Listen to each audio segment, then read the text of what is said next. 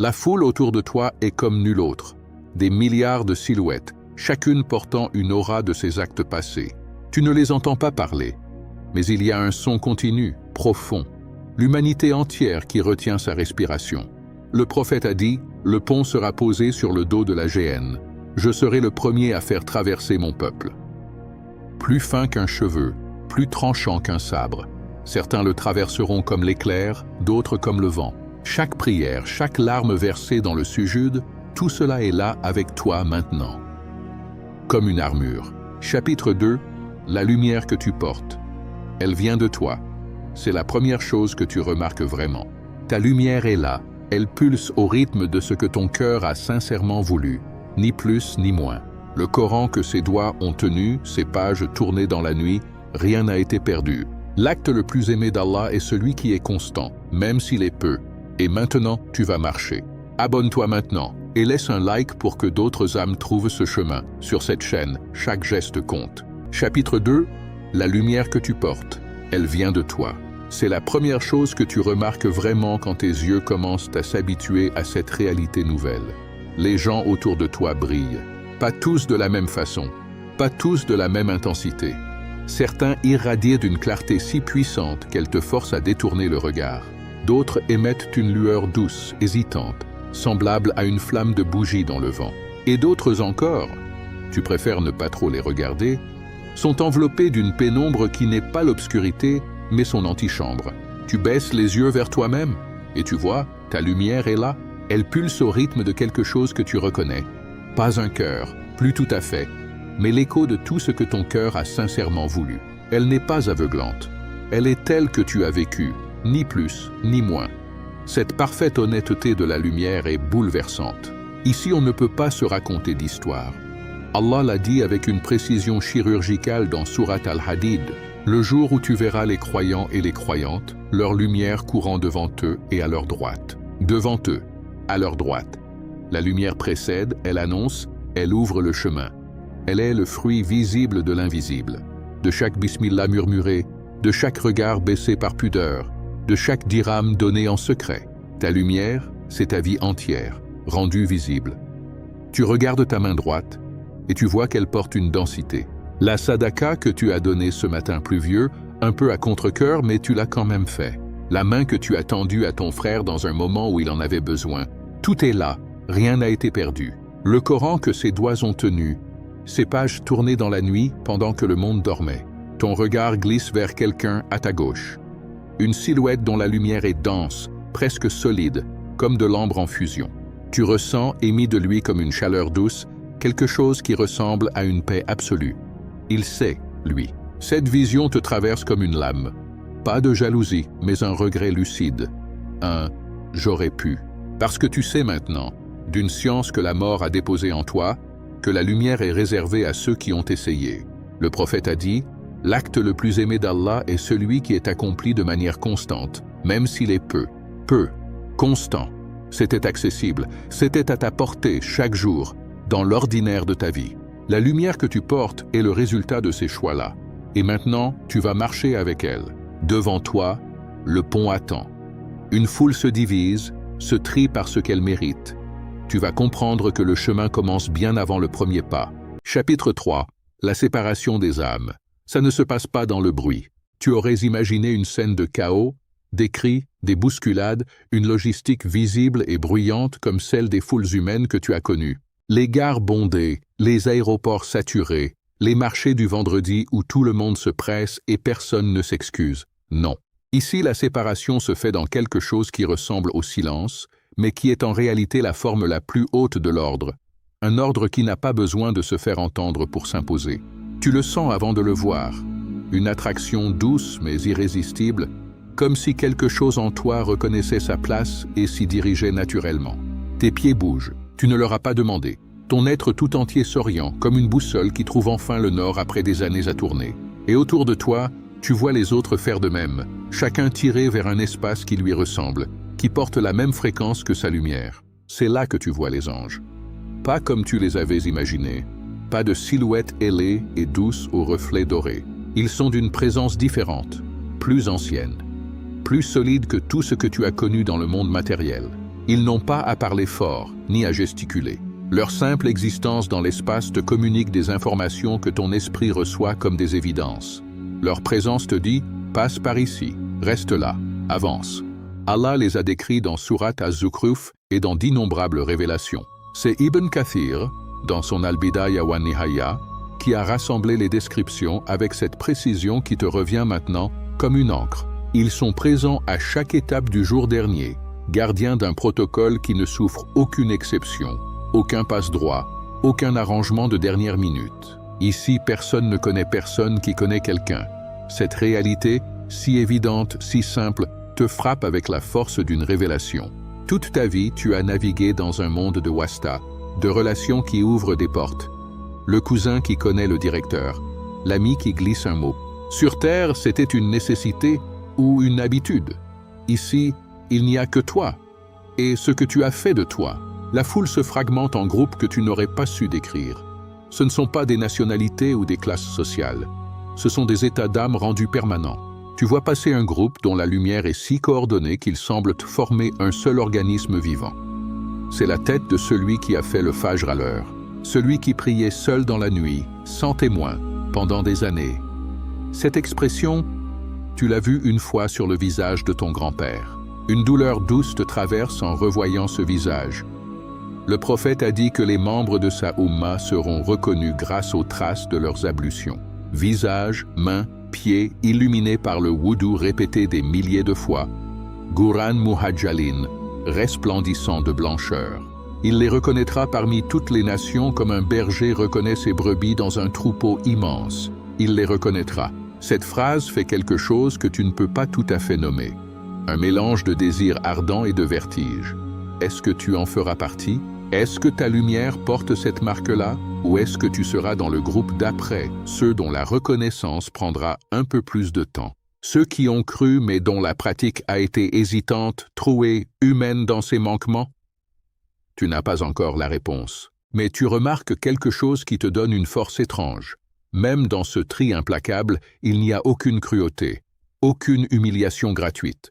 Le protocole des anges est d'une justesse absolue, mais il n'est pas froid, il n'est pas indifférent. La miséricorde d'Allah précède ses jugements. C'est Al-Qurtubi qui le souligne. La miséricorde enveloppe ses jugements, même en ce jour, même dans la séparation des âmes.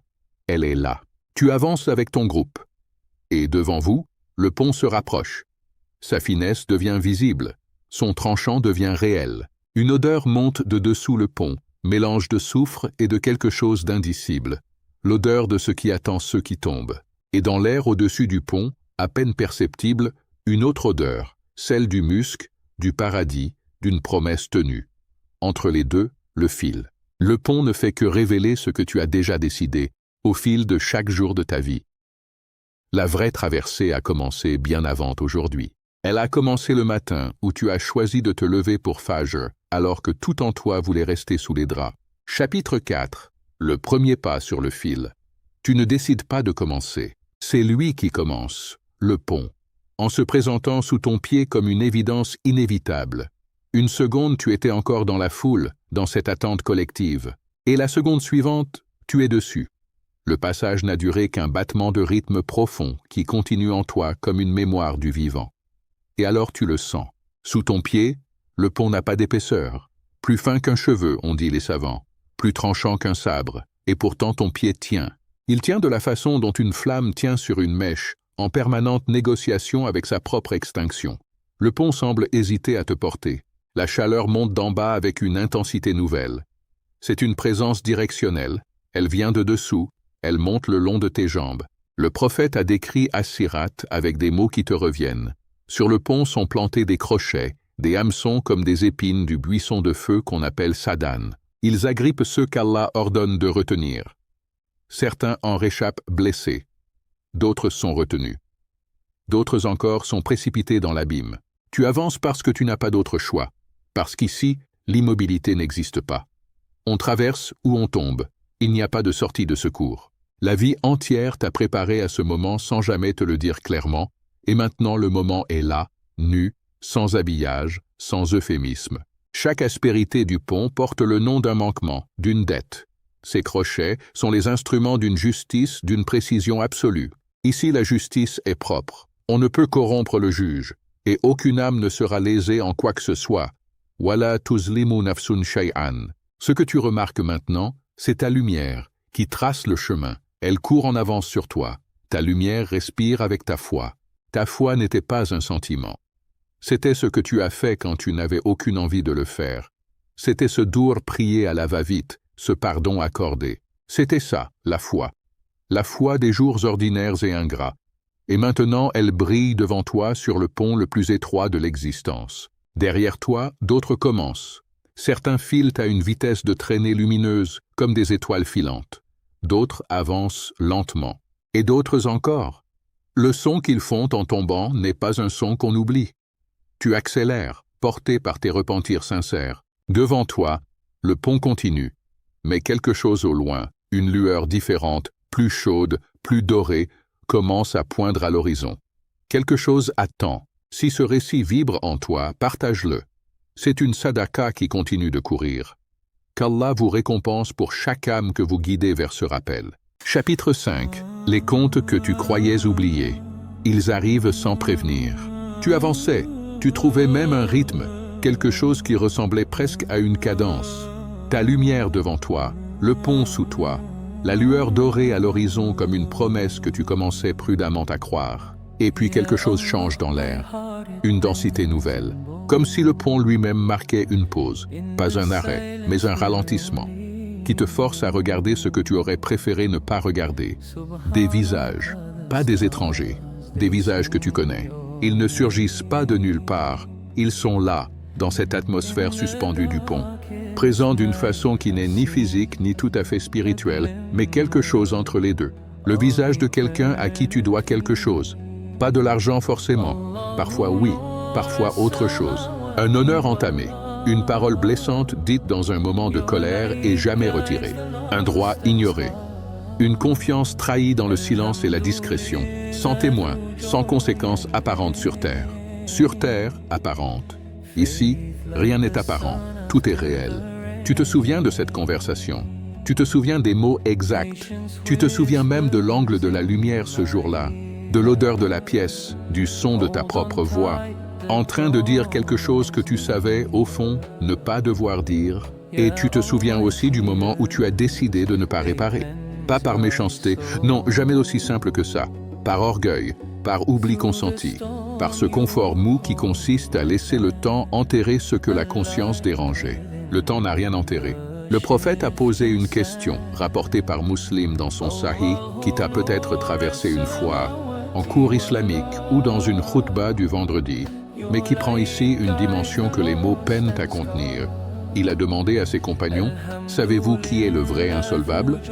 Ils ont répondu, « Celui qui n'a ni dirham ni bien. » Et il a dit, « L'insolvable parmi mon peuple est celui qui arrive au jour de la résurrection avec des prières, des jeûnes et des zakats. Mais qui aura insulté celui-ci, diffamé celui-là, mangé le bien de cet autre, versé le sang de cet autre encore, frappé cet autre? On donnera alors à chacun de ses créanciers de ses bonnes actions. Et si ces bonnes actions s'épuisent avant que les dettes ne soient remboursées, on prendra de leurs mauvaises actions pour les lui attribuer, puis il sera jeté dans le feu. » Ce hadith, tu l'avais entendu. Tu t'étais dit, je ne suis pas ce genre de personne. Et peut-être que tu n'es pas ce genre de personne dans les grandes lignes. Tu n'as pas versé de sang, tu n'as pas volé ouvertement. Mais les petites lignes, elles, les petites lignes de la vie quotidienne, là où les comptes se font sans qu'on les voie venir, le visage devant toi ne t'accuse pas. Il attend, simplement. Et cette attente silencieuse est plus difficile à supporter que n'importe quelle accusation.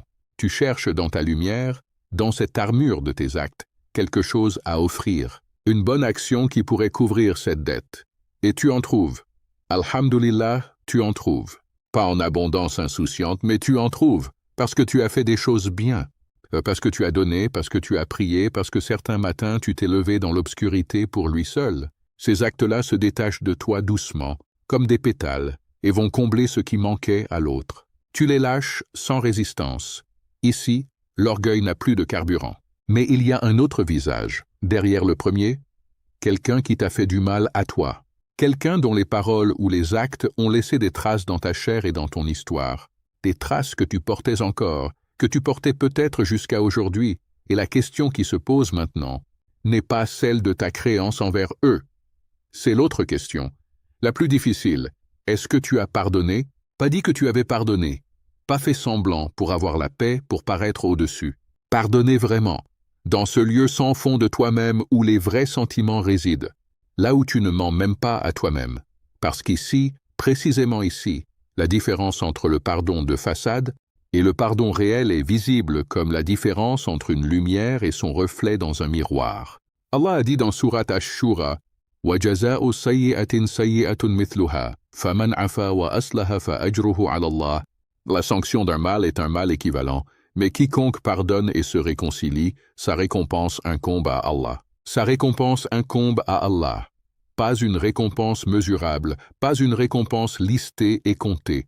Une récompense que seul Allah dans son immensité peut concevoir et offrir. Le pardon sincère est l'un des actes dont la valeur échappe à toute comptabilité humaine ou même angélique.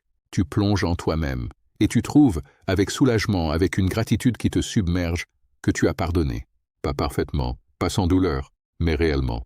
Tu te souviens du jour où tu t'es agenouillé dans ta chambre et où tu as dit à Allah, « Je leur pardonne, Ya Rab, même si ça fait encore mal, je leur pardonne pour toi. » Ce jour-là, tu ne savais pas que tu déposais une lumière supplémentaire dans ta balance.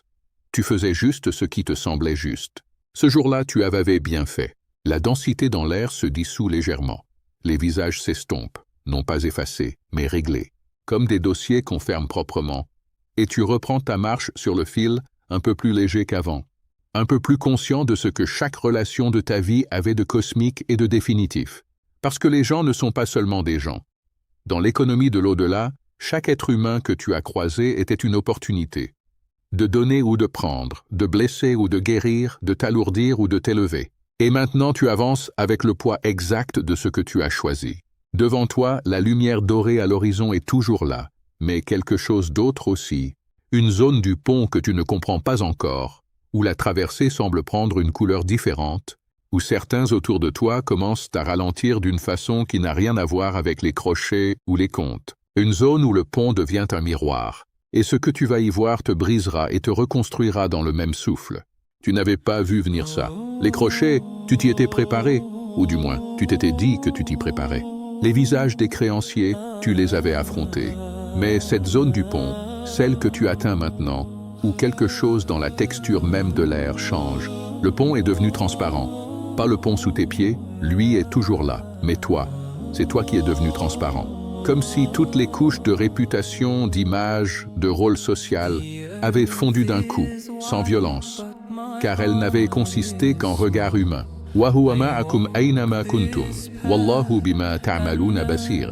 Il est avec vous où que vous soyez, et Allah voit parfaitement ce que vous faites. Et maintenant que tu es transparent à toi-même, tu vois ce qu'il a toujours vu. Tu vois tes intentions, pas tes actes, tes intentions. Tes intentions, cette strate plus profonde, plus honnête, plus sauvage, elle voulait rester dans l'ombre, dans cette zone grise confortable. Le prophète a mis en garde. Le premier à être jugé sera un martyr. Il dira « J'ai combattu pour toi ». On lui dira « Tu mens, tu as combattu pour qu'on dise de toi que tu étais courageux ». Mais tu regardes aussi cette prière du Fajr, faite seule dans ta chambre froide alors que tout le monde dormait. Cette prière-là, elle était pure, elle était entière. Tu regardes le jeûne de ce jour de Shaban, ce jeûne volontaire sans le dire à personne. Il a une lumière particulière, une lumière qui n'appartient qu'à Allah. Tu marches maintenant avec ton vrai visage. Si ce voyage te touche, un like est une façon de dire que cette parole mérite de continuer. Qu'Allah vous récompense. Chapitre 7. Le doute au milieu du pont. Il arrive exactement au milieu.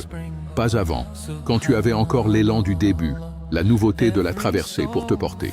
Pas après, quand la rive serait assez proche pour que l'espoir soit une évidence. Non, il arrive au milieu, là où les deux rives sont équidistantes, là où le pont semble soudainement infini dans les deux sens. La voix ne crie pas, c'est ce qui la rend dangereuse. Elle murmure, avec ta propre voix, exactement ta voix. Ton intonation, ton accent, cette façon particulière que tu as de te parler à toi-même dans les moments de faiblesse. Elle connaît le registre exact qui t'atteint. Tu te souviens de ce que tu as fait. Pas une accusation extérieure, une mémoire intérieure. Et les images arrivent.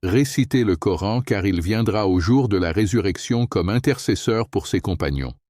Ses compagnons.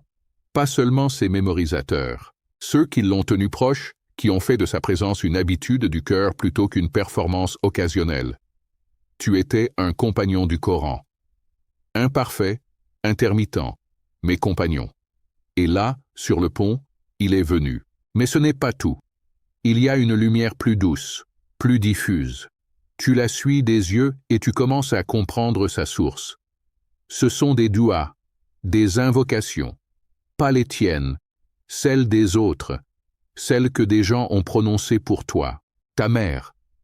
Tu la reconnais dans la texture de cette lumière-là. Cette façon qu'elle avait de lever les mains après chaque prière et de murmurer ton prénom à Allah.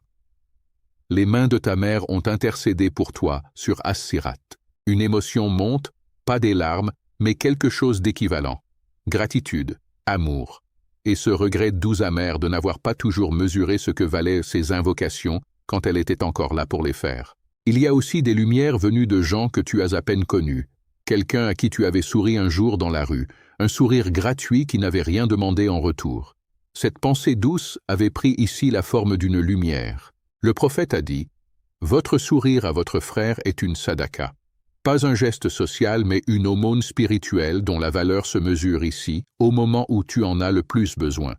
Tu n'avais pas imaginé que tes sourires reviendraient. Et puis, au-delà de tout, il y a une présence, plus ancienne, plus vaste. Le prophète sera présent sur ce pont. Sa dua unique qu'il a réservée pour ce moment précis. Ummati, Ummati, mon peuple, il ne t'abandonne pas. Cette réalité fait quelque chose de définitif dans ta poitrine. Tu n'as jamais été seul sur ce pont. Tu n'as jamais été seul nulle part. Ici, l'évidence est totale, irréfutable, inscrite dans chaque photon de lumière. Chaque fois que tu as choisi Allah dans l'ordinaire de ta vie, tu construisais sans le savoir cette escorte de lumière qui te porte maintenant sur le fil le plus étroit de l'existence. Tu n'étais jamais seul. La lumière autour de toi forme maintenant quelque chose qui ressemble à un chemin tracé de lumière, comme ces petites lanternes qu'on pose sur les bords des routes pour guider ceux qui avancent sans bien voir. La rive de la promesse est proche maintenant. Tu accélères, non par peur de ce qui est derrière, mais par désir de ce qui est devant. Tu avances pour rejoindre quelqu'un. Qu'est-ce que ça fait de poser le dernier pied sur la rive et de savoir que le pont est derrière toi pour toujours? Tu es sur le point de le découvrir. Rendez-vous au chapitre final. Le dernier pas est différent de tous les autres. Tu ne l'avais pas anticipé, cette différence. Tu pensais que ce serait un pas comme les autres, juste le dernier d'une longue série. Mais non, le dernier pas a une texture propre, une densité propre, un son propre, ou plutôt une absence de son. Un silence qui n'est pas le silence du vide, mais celui de l'accomplissement. Le silence d'une phrase qui se termine sur le mot exact qu'il fallait. Ton pied quitte le pont. Et ce que tu ressens dans l'instant qui suit, cet instant qui dure peut-être une seconde ou peut-être une éternité, les deux revenant au même ici, n'a pas de nom. Ce n'est pas le soulagement. Le soulagement implique une tension qui se relâche, et ce que tu ressens est plus total que ça. C'est la paix. Mais la paix dans son sens divin. As-Salam, l'un des noms d'Allah. Et tu comprends maintenant ce que ce nom contient. Pas une absence de conflit, mais une présence positive, pleine, débordante. Une paix qui ne dépend de rien d'extérieur parce qu'elle vient de la source de toute paix. Tu poses les deux pieds sur l'autre rive. Et alors, tu lèves les yeux. Ce que tu vois défie chaque image que tu t'étais faite. Non pas parce que c'est radicalement différent, mais parce que c'est infiniment plus. Comme si tout ce que tu avais imaginé du paradis était une esquisse au crayon, et que tu regardes maintenant la peinture originale dont cette esquisse était une tentative maladroite. Les couleurs n'ont pas de nom, les lumières n'ont pas d'équivalent. Le prophète a dit, rapporté par Bukhari, qu'Allah a dit « J'ai préparé pour mes serviteurs vertueux ce qu'aucun œil n'a vu, ce qu'aucune oreille n'a entendu, et ce qui n'est jamais venu à l'esprit d'aucun être humain. Aucun œil n'a vu. Et pourtant te voilà, en train de voir. » Et la réalité de cette vision dépasse effectivement tout ce que ton imagination avait pu produire, parce que l'imagination est limitée par l'expérience. Tu es le premier toi à voir ça. Et puis, avant que tu aies eu le temps de former une pensée cohérente, tu entends quelque chose. Une voix, des voix, plusieurs. Qui prononce ton nom, ton vrai nom, ta désignation divine, ce qui te rend toi, parmi toutes les créations. Tu te retournes et tu les vois. Ceux que tu as aimés, ceux qui sont partis avant toi et dont le départ avait laissé des trous que rien n'avait tout à fait comblés. Ils sont là, ils t'attendaient. Ton grand-père aux mains rugueuses qui sentait le henné et la terre. Cet ami d'enfance emporté trop tôt. Ce frère de foi dont tu avais tenu la main. Et les retrouvailles, oh les retrouvailles. Aucun roman, aucun film, aucune poésie n'a jamais approché ce que c'est. Dans ces retrouvailles, il n'y a pas de temps perdu à rattraper, pas de maladresse des corps. Il y a juste la reconnaissance absolue. Te voilà enfin, comme tu es vraiment. Et je te vois, et tu me vois, et tout ce qui nous séparait n'était que du temps. Allah l'a promis dans Surat Yasin, les habitants du paradis sont aujourd'hui dans une occupation joyeuse.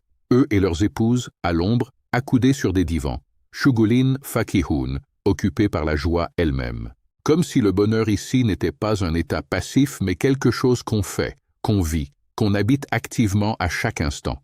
Tu habites ce bonheur-là maintenant. Mais il y a encore quelque chose vers quoi tout pointait depuis le début. La vision d'Allah. Des visages ce jour-là seront radieux, regardant leur Seigneur. Le regardant, face à face, dans la mesure où ces mots s'appliquent à celui qui n'a pas de semblable. La récompense suprême. Muslim rapporte que le prophète a dit « Vous verrez votre Seigneur comme vous voyez la pleine lune, sans vous bousculer pour le voir. » Cette vision-là t'attend. Elle est la destination finale de toute la traversée. Ce moment où tout trouve son sens. Tu n'y es pas encore, mais tu sais maintenant que tu y seras. La traversée du pont a dit ce qu'elle avait à dire. Ta lumière a porté ce qu'elle portait. Tes actes ont intercédé. Les duas de ta mère ont tenu. Le Coran t'a accompagné. Le prophète t'a reconnu. Et Allah, dans sa miséricorde qui précède sa colère, dans son pardon qui embrasse tous les péchés sincèrement regrettés, t'a accordé ce que tu n'aurais jamais pu mériter seul. La grâce. Tu te retournes une dernière fois vers le pont. Tu le vois dans sa totalité, ce fil impossible tendu au-dessus de l'abîme.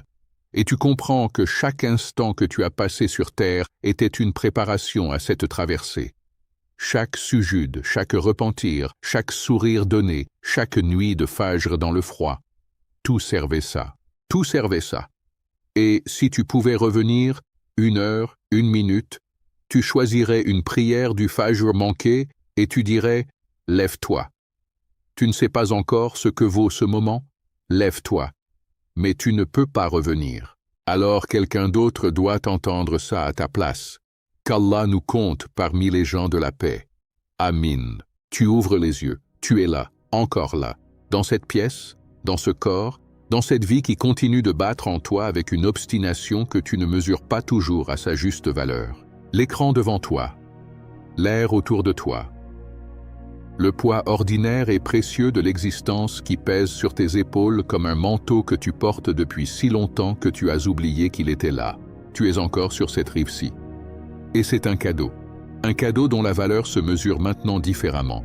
Après ce voyage, après ce pont. Après ces chapitres que tu as traversés, non pas comme un spectateur, mais comme quelqu'un qui était là, qui sentait la chaleur monter d'en bas, qui voyait sa propre lumière vaciller au milieu et se stabiliser grâce à un verset tombé au bon moment. Tu as encore le temps, pas infiniment. Personne n'a le temps infiniment, et c'est précisément ce qui rend le temps précieux. Mais maintenant, ce soir, cette nuit, ce fajr qui va se lever dans quelques heures ou quelques minutes, selon l'endroit du monde où tu te trouves en ce moment. Ce repentir que tu remets depuis des semaines, ce droit que tu dois à quelqu'un et que tu pourrais rendre demain si tu le décidais vraiment. Cette prière que tu pourrais faire maintenant, là, avant de fermer les yeux, 2 rakats courtes, sincères, offertes à celui qui court vers toi quand tu marches vers lui. Ibn al-Qayyim, rahimahu Allah, a écrit dans son Madarij as-Salikin quelque chose qui te revient maintenant avec une force nouvelle. Les gens dorment et quand ils meurent, ils se réveillent. Le voyage de ce soir était un réveil préventif. Un réveil pendant que tu as encore les moyens d'agir sur ce que tu verras de l'autre côté. Utilise ce réveil. Allah nous dit dans le Coran: وَسَرِعُوا إِلَى مَغْفِرَةٍ مِّن رَبِّكُمْ وَجَنَّةٍ عَرْضُهَا السَّمَاوَاتُ وَالْأَرْضُ أُعِدَّتْ لِلْمُتَّقِينَ. Et hâtez-vous vers le pardon de votre Seigneur et vers un paradis aussi large que les cieux et la terre, préparé pour les pieux. Al-Imran 3133. Hâtez-vous. Pas demain, pas après Ramadan, pas quand tu seras plus stable, plus posé, plus prêt. Maintenant, avec ta vie imparfaite, ton cœur encombré, tes habitudes résistantes. Allah ne t'a pas demandé d'être parfait avant de courir vers lui. Il t'a demandé de courir. La perfection, c'est son affaire. La course, c'est la tienne. Et la course commence par une dua. Alors ferme les yeux une seconde, si tu le peux. Ya Allah, Ya Rahman, Ya Rahim. Toi qui vois ce que personne ne voit, qui sais ce que nous ne savons pas de nous-mêmes. Toi qui as tendu ce pont au-dessus de l'abîme et qui as aussi envoyé un prophète pour nous apprendre à le traverser. Ya Allah, pardonne-nous nos péchés, les apparents et les cachés, les péchés que nous connaissons et ceux que nous avons oubliés, les droits que nous n'avons pas rendus, facilite-nous de les rendre avant ce jour. Les cœurs que nous avons blessés, facilite-nous de les guérir pendant qu'il est encore temps. Ya Allah, fais de notre lumière une lumière qui court devant nous sur As-Sirat. Fais de nos actes des intercesseurs fidèles. Fais de notre Coran un compagnon qui ne nous abandonne pas au moment où nous en avons le plus besoin. Ya Allah, nous demandons ta miséricorde pour nos parents qui ont levé les mains pour nous, pour ceux qui sont partis avant nous, pour ceux qui traversent des épreuves. Ya Allah, fais-nous traverser As-Sirat comme l'éclair, et réunis-nous dans ton paradis avec ceux que nous avons aimés pour toi. Amin, amin, amin. Ce voyage est terminé. Mais le vrai voyage, celui de ta vie, lui, il continue. Il continue à chaque respiration. Il continue dans les choix ordinaires et invisibles que tu feras demain matin. Dans la façon dont tu traiteras les autres, dans la façon dont tu parleras de quelqu'un. Le pont As-Sirat est à la fin du chemin. Mais le chemin, il commence ici. Il commence maintenant. Il commence avec toi, exactement comme tu es. Et la plus belle nouvelle, c'est que tu n'as pas à le parcourir seul. Tu as un livre qui te guide à chaque carrefour. Tu as un prophète dont la sunna est une carte détaillée. Et tu as Allah qui court vers toi quand tu marches vers lui. Alors marche. Avance avec détermination sur ce sentier béni, car chaque pas compte pour ton éternité. Ce récit a été porté par les récits de la Oumma. Si une seule phrase a allumé quelque chose, alors partage cette vidéo. Pour les âmes. Chaque partage est une sadaqa jariya.